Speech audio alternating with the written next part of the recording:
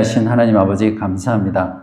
주의 백성이 주의 말씀 앞에 모였사오니 저희들에게 임하여 주시고 주의 말씀과 성령으로 우리 가운데 함께하여 주시옵소서. 이 진리의 말씀, 생명의 말씀 붙잡고 주님 앞에 나아가는 복되고 귀한 시간 되게 하여 주옵소서. 예수 그리스도 이름으로 간절히 기도하옵나이다. 아멘. 지난주에는 성경적 복음 전도 원리편에 대해서 저희가 말씀을 들었습니다. 복음 전도가 무엇인지, 또 복음 전도 시에 무엇을 전해야 하는지, 우리는 또 왜 복음을 전해야 하는지, 그리고 복음 전도의 주체가 바로 저와 여러분, 바른교회 모든 성도님들이다. 이 내용을 했습니다. 기억나시죠? 네. 그래서 오늘은 두 번째 시간으로 진정으로 내 마음 가운데 복음을 전하고자 하는 열망과 또 간절함이 있다면 그러면 과연 어떻게 복음을 전하는 것이 좋은 방법이며 또 어떻게 전할 수 있는가, 이런 부분에 대해서 마음이 생각이 있을 겁니다. 사실은 답은 간단합니다.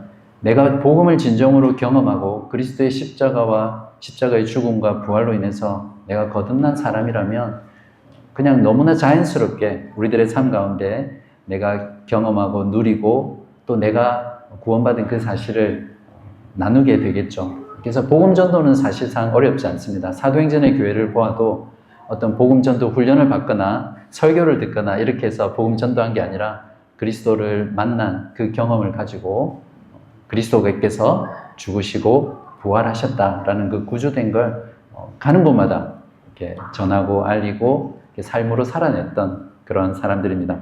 그러나 복음 전도를 어떻게 할지를 우리가 좀 더 원리적으로나 방법적으로 잘 알면 훨씬 더 복음을 잘 전할 수 있겠죠. 그래서 그런 면에서 오늘은 복음 전도를 어떻게 할 것인가, 실천에 대해서 여러분과 말씀을 나누도록 하겠습니다. 네, 복음 전도를 어떻게 할 것인가, 그 실천 부분에서 많은 것들을 이야기할 수 있겠지만 저는 오늘 딱 세 가지만 여러분들에게 말씀을 드리겠습니다. 첫 번째는 열렬히 기도하는 것입니다. 두 번째는 go and tell, 가서 말하라 라는 것이고요. 마지막 세 번째는 come and see, 와서 보라 라고 초대하는 것입니다. 이 세 가지를 하나씩 살펴보도록 하겠습니다. 네, 복음 전도의 첫 번째 실천은 열렬히 기도하는 것입니다. 항상 복음 전도의 첫 번째 단계는 그 영혼을 위한 간절하고 또 열렬한 기도가 있어야 합니다. 우리는 지난 시간에도 말씀을 들었지만 복음 전도했을 때 그 사람이 거듭나고 그 사람이 회심하는 데 있어서는 우리는 전혀 어떠한 것도 할 수 없습니다. 그것은 오직 하나님의 일이고 주의 성령께서 하시는 일이거든요.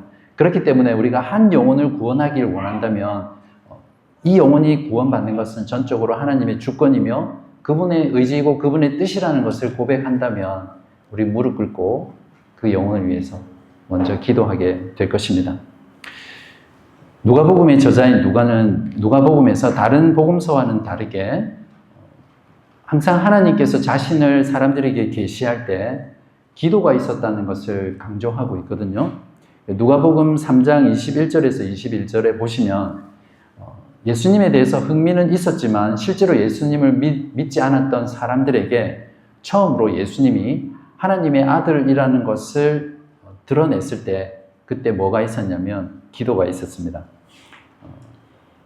백성이 다 세례를 받을새 예수도 세례를 받으시고 기도하실 때에 하늘이 열리며 성령이 비둘기 같은 형체로 그의 위에 강림하시더니 하늘로부터 소리가 나기를 너는 내 사랑하는 아들이라 내가 너를 기뻐하노라 하시니라. 이 장면은 예수님이 세례요한에게 세례를 받고 나서 성부, 성자, 성령 하나님이 삼위일체로 놀라운 계시의 장면이거든요. 바로 이 놀라운 장면 전에 예수께서 기도하고 계셨다는 것을 강조하고 있습니다. 또 다른 예가 있습니다. 예수님께서 영광스러운 몸으로 변화된 제자들 앞에서 그 변화산 사건에 있어서도 또 기도가 있었습니다. 누가복음 9장 28절에서 29절에 보시면 이 말씀을 하신 후 8일쯤 되어 예수께서 베드로와 요한과 야고보를 데리고 기도하러 산에 올라가사 기도하실 때에 용모가 변화되고 그 옷이 휘어져 광채가 나더라. 성경에 보셨던 것처럼 하나님께서는 자기 자신을 사람들에게 드러내실 때, 그러니까 영혼 구원할 때 복음을 듣고 그 복음을 통해서 하나님 자신을 드러낼 때는 대부분의 경우에 지속적인 기도가 있었습니다. 그 기도 없이 그냥 하나님이 일방적으로 하시는 경우는 많이 없습니다. 그러므로 한 사람의 영혼이 복음을 듣고 하나님을 알기 위해서는 그 영혼을 위한 기도가 쌓여야 합니다. 내 자신에 의해서든 그 누군가에 의해서든 그 한 영혼의 구원을 위해서 끊임없는 그 기도가 있을 때 하나님께서 그 기도를 사용하셔서 하나님 자신을 그 사람의 영혼 속에, 심령 속에 드러내십니다. 복음이 뿌리 내리고 또 자랄 때마다 항상 그곳에는 기도라는 토양이 있었다는 것을 우리가 꼭 기억해야 할 것입니다. 우리들 주변에는 언제나 하나님께서 구원하시기로 작정하시고 미리 그 영혼을 만지시고 준비시킨 사람들이 있습니다. 여러분 그런 경험들 가끔씩 하시죠? 그러니까 하나님이 이미 다 준비해 놓으신 거예요. 그래서 그 영혼에게 복음을 전하자 그 영혼이 복음을 듣고 회개와 믿음으로 반응하고 주께 돌아오죠. 그렇기 때문에 개인적으로나 교회적으로 하나님께서 예비해 놓으신 그 영혼을 달라고 하나님께 기도해야 할 것입니다. 우리가 복음 전도를 잘 못하는 이유는 어쩌면 그 영혼을 위한 기도가 없기 때문일 것입니다. 우리가 어떤 사람을 전도하려고 할 때 아마 이런 경험들 있으셨을 거예요. 저 사람은 복음을 전해도 절대 안 믿을 거야. 복음이 씨도 안 먹힐 거야. 이런 생각 하시는 분들 있죠. 전해봤자 욕만 들어먹고 마음이 너무 강팍해서 복음을 듣지 않을 거야. 이렇게 해서 아예 시도조차 하지 않거나 아니면 한두 번 시도해보고 거절하니까 그냥 포기하신 그런 분들이 있을 겁니다. 이런 분들이 자기 부모님이 될 수도 있고 또 배우자가 될 수도 있고 아니면 자녀, 친구, 또 직장의 동료들이 될 수도 있죠. 그러나 이런 생각 자체가 가만히 그 내면을 들여다보면 복음 전도는 하나님의 일이라는 것보다 내 자신의 사람의 설득과 말의 능력과 또 말을 잘하고 어떤 복음을 잘 증거하는 어떤 지식에 있다라고 생각하는 게 깔려 있는 것이죠. 사람에게는 불가능해 보여도 하나님께 불가능한 것은 없습니다. 그 영혼이 강철처럼 단단한 마음을 가졌다 하더라도 하나님께서 강권하셔서 은혜 주시기로 작정하시면 그 어떠한 사람도 그 하나님의 은혜 주심을 그 영혼 가운데 복음으로 밀고 들어오고 진리로 뚫고 들어오시는 그 하나님을 거부하거나 저항할 수 없기 때문에 그렇습니다. 그래서 여러분이 생각할 때 저 사람은 불가능해 보이는 그런 영혼이 있다 할지라도 기도하시기 바랍니다. 기도를 통해서 하나님께서 그 영혼을 열어주시리라 믿습니다. 사랑하는 여러분, 여러분의 가족 가운데 특히 그런 분들이 계시다면 실망하지 마시고 열렬히 그 영혼을 위해서 기도해 보십시오. 그러면 하나님께서 하나님의 때에 그 영혼을 만져주시고 복음을 듣고 구원받을 수 있도록 그 영혼을 준비시켜 주실 것입니다. 이제 열렬한 기도와 함께 복음 전도를 위한 두 번째 실천은 Go and Tell, 가서 말하는 것이죠. 복음 전도를 위해 우리는 세상 속으로 들어가야 합니다. 세상 사람들과 그들 가운데 살면서 끊임없이 접촉해야 되죠. 그들과 대화하면서 내가 만난 메시아, 내가 만난 그리스도를 입으로 또 삶으로 행동으로 말하고 증언해야 할 것입니다. 그리스도인은 세상 사람들과 분명히 구별되어야 하지만 분리되어서 살면 결코 안 될 것입니다. 왜냐하면 그리스도인은 세상에 속하지 않았지만 세상 속에 그리스도인들이기 때문에 그렇습니다. 요한복음 17장 18절에 아버지께서 나를 세상에 보내신 것 같이 나도 그들을 세상에 보내었고 라고 말씀하고 있습니다. 하나님께서는 죄인을 구원하시기 위해 하나님의 아들 누구를 보내셨습니까? 예수 그리스도를 이 땅에 보내셨습니다. 바로 그 성육신의 사건은 하나님께서 하나님의 아들을 세상을 구원하기 위해 보내신 하나님의 파송이죠. 그리고 그 예수님께서는 또한 제자들과 또 교회인 저와 여러분들에게 다시 세상으로 보내셨습니다.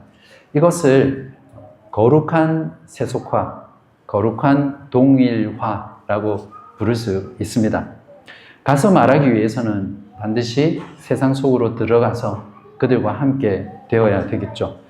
개인적으로 친밀한 접촉점을 만드는 것이 이러한 활동에 있어서 첫 번째 해야 할 일입니다. 많은 신자들의 문제가 바로 이것입니다. 소위 신앙이 깊어지면 깊어질수록 어떻게 됩니까? 저도 그런 경향이 강했었는데 자꾸만 교회 사람들하고만 만나려고 합니다. 그냥 직장에 가도 직장에서 교회 다니는 사람, 믿는 사람들하고만 모여서 밥도 그들하고만 같이 먹고 교제도 그들하고만 하는 거죠. 그게 많은 신자들의 문제입니다. 세상에 나가서는 그들과 함께 되어야 합니다. 그들과 함께 먹고 그들과 함께 사귀고 그들과 함께 만나가야 합니다. 그것이 우리가 가지고 있는 사명이기 때문에 그렇습니다. 그렇게 친밀한 관계를 만들어가고 접촉점을 만들어갈 때 바로 그것을 통해서 복음이 흘러가게 되는 거죠. 그러한 친밀한 접촉점 없이는 우리는 그 복음을 전달할 수 없습니다. 이렇게 개인적인 친밀한 접촉점을 만든 뒤에는 친구를 만들어 가야 합니다. 그리고 그들에게 정말 좋은 친구가 되어 주십시오. 그들과 함께 교제하면서 그들의 아픔을 들어주고 그들의 삶의 어려움들을 공감해주고 함께 진심으로 그들과 대화하고 그들의 말에 귀 기울여주는 그런 여러분 되시기를 바랍니다. 그렇게 할 때 자연스럽게 복음을 나눌 수 있는 기회가 생길 겁니다. 우리가 가지고 있는 그 소망의 이유를 그 친구들이 물어오는 때가 있을 것입니다. 그때 여러분이 평소에 잘 준비했다가 대답할 말을 잘 나누면 되겠죠. 또한 복음 전도를 위해서 우리가 세상 속의 그리스도인으로 살아갈 때 정말 중요한 것은 세상 사람들에게 매력적인 그리스도인이 되는 것입니다. 어떻게 보면 너무 이상적인 표현 같지만 분명히 우리는 복음으로 변화된 사람이고 세상 사람들과는 전혀 다른 삶의 가치관, 세계관, 방식으로 살아갑니다. 세상 사람들이 흉내낼 수 없는 그런 도덕적인 삶, 정직한 삶, 섬기고 봉사하고 사랑하고 희생하는 삶을 살죠. 여러분의 삶 가운데 성령의 9가지 열매를 드러내고 맺으시면서 살아보십시오. 사랑, 희락, 화평, 오래 참음, 자비, 양성, 충성, 온유, 절제 그런 삶을 여러분의 가정에서 직장에서 만나는 관계 속에서 살아보십시오. 그러면 세상 사람들이 여러분의 복음의 메시지를 거절할지는 몰라도 여러분에게 매력을 느낄 수 있을 겁니다. 그러니까 한마디로 여러분이 매력 덩어리가 되라는 말씀이죠. 이제 사람들에게 그렇게 매력적인 사람이 될 때 사람들은 반드시 여러분에게 복음에 대해서 여러분이 믿는 하나님, 여러분이 믿는 복음, 그 소망이 무엇인지 반드시 물어보게 될 것입니다. 일반적으로 복음 전도 시에 사람이 거절하는 것은 많은 경우에 우리가 전하는 복음의 메시지를 거절하는 것보다 복음을 전하는 그 사람을 거절하는 경우가 많거든요. 그래서 할 수 있는 한 우리가 매력적인 그리스도인이 되기를 힘쓰고 애쓰기를 간절히 바랍니다. 베드로전서 3장 13절에서 15절에도 이런 말씀이 있습니다. 또 너희가 열심으로 선을 행하면 누가 너희를 해하리요? 그러나 의를 위하여 고난을 받으면 복 있는 자니 그들이 두려워하는 것을 두려워하지 말며 근심하지 말고 너희 마음에 그리스도를 주로 삼아 거룩하게 하고 너희 속에 있는 소망에 관한 이유를 묻는 자에게 대답할 것을 항상 준비하되 온유와 두려움으로 하고 이렇게 세상 속에서 열심히 선을 행하고 거룩한 삶을 살게 되면 그들에게 복음을 전할 수 있는 기회가 분명히 있을 것입니다. 그때 대답을 잘 하기 위해서 평소에 성경과 교리와 말씀에 대해서 잘 배우고 여러분이 믿는 바를 잘 표현할 수 있도록 늘 준비해야겠죠. 자, 개인적으로 친밀한 접촉점을 통해 친구를 만들고 또 매력적인 그리스도인으로 살아가는 것에서 꼭 필요한 일이 있습니다. 이제 거기서 끝나면 안 되고 그들로 하여금 복음을 들을 수 있도록 초대를 해야 합니다. 접촉하고 관계를 구축하고 친구를 만들었다면 그들을 복음을 들을 수 있는 자리로 초대하지 않는다면 아무런 일도 일어나지 않습니다. 그냥 관계 속에서 언제 복음을 전하지, 나누지, 미기적 그냥 관계만 계속 이렇게 하다가 아무것도 하지 않으면 어떠한 일도 일어나지 않죠. 초대해서 복음을 들을 수 있는 자리로 앉혀야 됩니다. 그래야 어쨌든 거절을 하든지 또 믿든지 할 수 있잖아요. 그래서 이 초대하는 것은 참 중요합니다. 성경을 같이 읽자고 초대할 수 있을 것이고, 아니면 자기 자신이 할 수 있다면 내가 알고 있는 복음을 나누고 싶으니까 한번 만나서 복음을 나눌 기회를 가질 수 있겠냐 해서 초청할 수 있겠죠. 또 내가 복음을 잘 나누기 힘들면 교회에 복음을 잘 나눌 수 있는 다른 교우분들이나 아니면 목회자한테 이렇게 불러서 이렇게 3자 대면을 하는 거죠. 그래서 친구를 목회자에게 초대해서 목회자가 그 사람에게 복음을 전하고, 그리고 친구는 계속 그 관계 속에서 팔로우업을 할 수 있겠죠. 그리고 세 번째로, 여러분의 전도하고자 하는 분들을 저희 교회로 초대할 수 있을 것입니다. 성경을 읽고 또 복음을 나누고 또 교회 가운데로 그 사람들을 초대하십시오. 자, 어떻게 초대할 것인지는 오늘 오후 교리 시간에, 공부 시간에 아주 분명하게 말씀을 드리도록 하겠습니다. 자, 이제 복음 전도를 위한 세 번째 실천은 와서 보라입니다. 복음을 전하고자 하는 사람에게 지역 교회로 와서 보라고 초대하는 것을 말합니다. 왜냐하면 지역 교회는 복음과 그리스도를 증거하는 최고의 복음 전도의 현장이기 때문에 그렇습니다. 자, 예수님을 만난 빌립이 나다나엘을 전도할 때 이 방법을 썼습니다. 요한복음 1장 46절, 나다나엘이 이르되 나사렛에서 무슨 선한 것이 날 수 있느냐? 빌립이 이르되 뭐라고 했습니까? 와서 보라. Come and see 하니라. 또한 메시아이신 그리스도를 만난 사마리아 여인도 이 와서 보라는 전도 전략을 썼습니다. 요한복음 4장 28절에 30절, 여자가 물동이를 버려두고 동네로 들어가서 사람들에게 이르되 내가 행한 모든 일을 내게 말한 사람을 어떻게 해요? 와서 보라. 이는 그리스도가 아니냐 하니 그들이 동네에서 나와 예수께로 오더라. 이것을 지금 우리 교회에 적용하면 전도할 분들에게 와서 보세요. 우리 교회에 와서 복음과 그리스도를 보시기 바랍니다. 이렇게 초대하는 겁니다. 우리가 전도 활동 중에 전도할 분들을 교회로 모시고 오는 것도 아주 중요한 전도의 활동 가운데 하나입니다.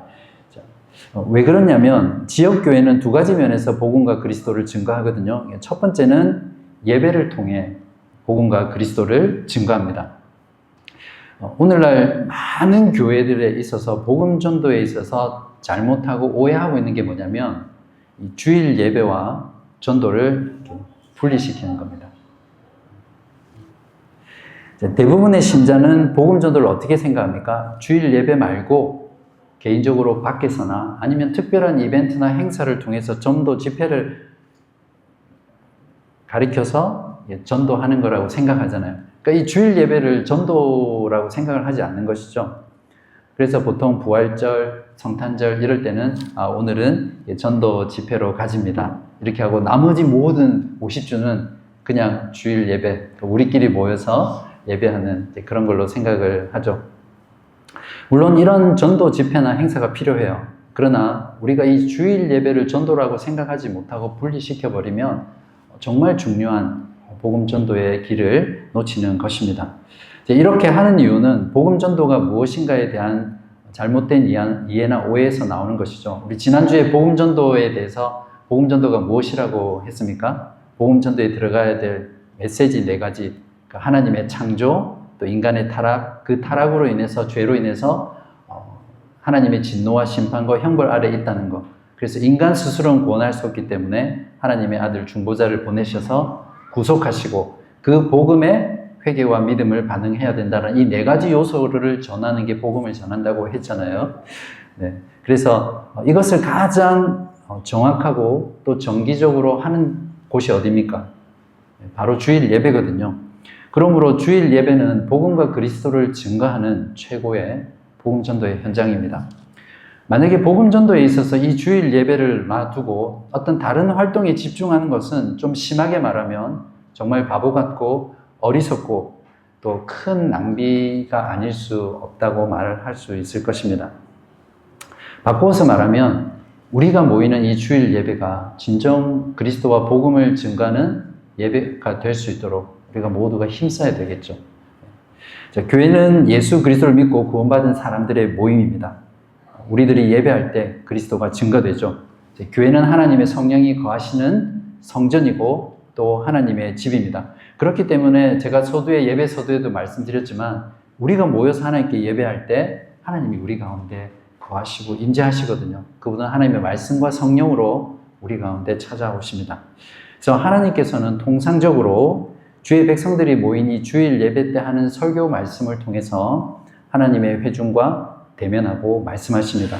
그 설교되는 선포되는 말씀을 통해서 죄에 대해서, 의에 대해서, 심판에 대해서 하나님께서는 드러내시고 증거하십니다.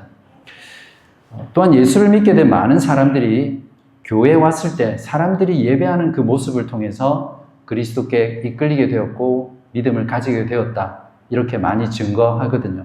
교회에서 복음을 경험한 사람들의 그 표정, 또 예배에 참여하는 그 태도, 자세, 서로를 향한 환영, 또 그런 것들을 보면서 이것이 복음으로 변화된 사람들의 모습이구나. 그걸 통해서 복음을 알게 되는 거죠. 자, 그렇기 때문에 최고의 복음 전도 방법 중 하나는 여러분들이 평소 관계 맺는 사람들, 특히 전도 대상자분들을 교회로 초대해서 와서 보십시오. 이렇게 초대하는 것은 정말 중요한 방법입니다. 자, 지금까지는 지역교회가 복음과 그리스도를 증거하는 방편으로서 예배라고 말씀드렸는데 두 번째 방편은 교제를 통해 지역교회는 그리스도와 복음을 증거합니다. 예수 그리스도를 통해 그리스도와 한 몸이 된 서로 지체가 된 공동체는 서로 사랑하는 그 교제를 통해서 그리스도를 증거합니다. 다음 주 설교 때 좀 더 자세히 이런 부분을 말씀을 드릴 텐데 그렇기 때문에 믿지 않는 자에게 와서 보라고 교회에 초대하는 것은 정말 중요한 복음 전도의 방편이죠. 예수님께서 주신 최고의 전도 방법도 이것이었습니다. 요한복음 13장 34절에서 35절에 새 계명을 너희에게 주노니 서로 사랑하라. 내가 너희를 사랑한 것 같이 너희도 서로 사랑하라. 너희가 서로 사랑하면 이로써 모든 사람이 너희가 내 제자인 줄 알리라. 우리가 서로 사랑하면 세상 사람들이 우리가 그리스도의 제자, 그리스도를 따르는 사람, 그리스도의 말씀을 순종하는 사람, 그런 사람으로 세상이 알게 된다는 말이죠. 자, 오늘날 사람들이 예수를 믿지 않고 교회를 나오지 않는 이유는 말할 것도 없고 교회를 오랫동안 다닌 사람도 교회를 떠나는 이유가 뭡니까? 교회 사람들이 너무 많이 싸우니까 떠나거든요. 서로 모여서 사랑하기는커녕 서로 무시하고 또 서로 원망하고 또 서로 불평하고 서로에 대해서 무관심하고 너무나 철저히 개인적이고 자기중심적이고 분위기는 냉랭하고 교회에 왔는데 그런 교회이라면 그것은 복음을 가리는 일이겠죠. 분명히 우리는 서로 사랑하는 교제를 통해서 그리스도를 증거하는데 그렇지 못한다면 교회의 사명을 온전히 다하지 못하는 것일 겁니다. 요한복음 17장 21절에 보시면 아버지여 아버지께서 내 안에 내가 아버지 안에 있는 것 같이 그들도 다 하나가 되어 우리 안에 있게 하사 세상으로 아버지께서 나를 보내신 것을 믿게 하옵소서. 분명히 우리가 사랑으로 하나 되어 있을 때 세상으로 하여금 우리가 하나님의 자녀, 주님, 하나님 아버지께서 예수 그리스도를 구원하시기 위해 이 세상에 보내셨다는 것을 믿게 하신다고 말합니다. 자, 처음 어떻게 예수를 믿게 되었는지를 설문조사를 해본 결과가 있는데요. 거기에 보면 많은 사람들이 예수 믿는 자가 서로 함께하는 모습, 특히 서로 사랑하는 그 교제의 모습을 보고 자신들이 그리스도께 이끌렸다고 설문조사에 응답했습니다. 세상에서는, 바깥에서는 그 어떤 곳에서도 그런 사랑을 경험하지 못했거든요. 근데 교회에 와서 보니까 세상이 줄 수 없는, 세상에서 이룰 수 없는 그런 사랑의 교제가 있는 것을 보고 주님께로 나와왔다는 겁니다. 사랑하는 바른교회 지체 여러분, 그리스도를 증거하는 공동체가 되기 위해서 서로 사랑하시기 바랍니다. 우리의 모든 교제 가운데 서로 진실되고 서로 뜨겁게 사랑하시는 여러분 되시길 간절히 기도합니다. 여러분의 가장 가까운 지체가 누굽니까? 바로 여러분의 가족입니다. 여러분의 가족에게 진정으로 사랑하고 그들을 뜨겁게 섬기시기 바랍니다. 저희 교회의 모든 코이노니아 모임, 또 개인적인 교제, 시니어 그룹, 청년부, 모든 만남 속에서, 교제 속에서 서로 사랑하는 그런 여러분 되시길 바랍니다. 그렇게 사랑하는 공동체를 만들어갈 때 우리들의 그런 교제를 통해서 그리스도가 증거될 것입니다. 그때 불신자들이 그 모습을 보고 주께로 나오는 역사가 있을 줄 믿습니다. 이제 말씀을 맺겠습니다. 지난주에 걸쳐서 2번 복음 전도의 설교를 나누었습니다. 이 설교 시리즈를 통해서 적어도 여러분 마음 가운데 복음을 전해야겠다 동기가 부여되기를 바라고요. 정말 복음 전도에 힘쓰는 그런 마음이 생기셨기를 간절히 바랍니다. 또한 동시에 오늘 말씀을 통해서 복음 전도에 대한 막연한 부담을 덜고 또 복음 전도 나도 할 수 있구나 이런 마음이 여러분 마음 가운데 있으셨기를 바랍니다. 만약에 그런 마음이 안 드셨다면 다음 주에 똑같은 주제로 한 번 더 하면 되겠죠. 네. 오늘은 복음 전도를 어떻게 해야 할지에 대해서 3가지 실천법을 말씀드렸습니다. 먼저 영혼을 위해서 열렬히 기도하시고요. 세상 속으로 들어가서 그들 가운데 살면서 그들과 접촉점을 만드시고 친구가 되시고 매력적인 그리스도인이 되십시오. 그래서 그들이 우리에게 있는 그 소망의 이유를 물을 때 잘 대답하시는 여러분 되시기를 바랍니다. 그리고 교회로 와서 보라고 초대하셔서 예배와 교제를 통해 그리스도를 증거하는 그런 여러분 되시기를 간절히 바랍니다. 이건 성경에 나오는 이야기는 아닙니다. 성경에는 없는 건데 제가 상상한 내용입니다. 어디서 들었던 적이 있는데 그 내용이 이렇게 생각이 나서 상상을 해봤는데 여러분도 한번 상상해 보십시오. 주님께서 다시 오셨을 때 모든 것을 심판하고 또 구원하실 때 저와 여러분을 주님 앞에 이렇게 한 사람씩 한 사람씩 세웁니다. 그리고는 천국에 들어온 모든 성도들에게 자, 이 사람에게 지상에 있는 동안 한 번이라도 복음을 전해 들었거나 또 이 사람을 통해서 복음의 자리로 나아갈 수 있었던 사람들은 이 사람 뒤에 줄을 서십시오. 이렇게 주님께서 말씀하셨다고 한번 생각해 보십시오. 저는 이 상상을 하면 정말 얼굴이 너무 이렇게 화들짝 이렇게 부끄러울 정도입니다. 만약에 이렇게 복음을 전해야 된다고 설교하고 목에 힘주면서 침 튀기면서 전해놓고 막상 제 뒤에 줄 선 사람이 몇 명 안 돼서 정말 초라하다면 얼마나 부끄러울까 이제 그런 생각을 하거든요. 그래서 정신이 번쩍 들더라고요. 여러분은 여러분 뒤에 만약에 실제로 이렇게 하신다면 몇 명이나 여러분 뒤에 줄을 서 계시겠습니까?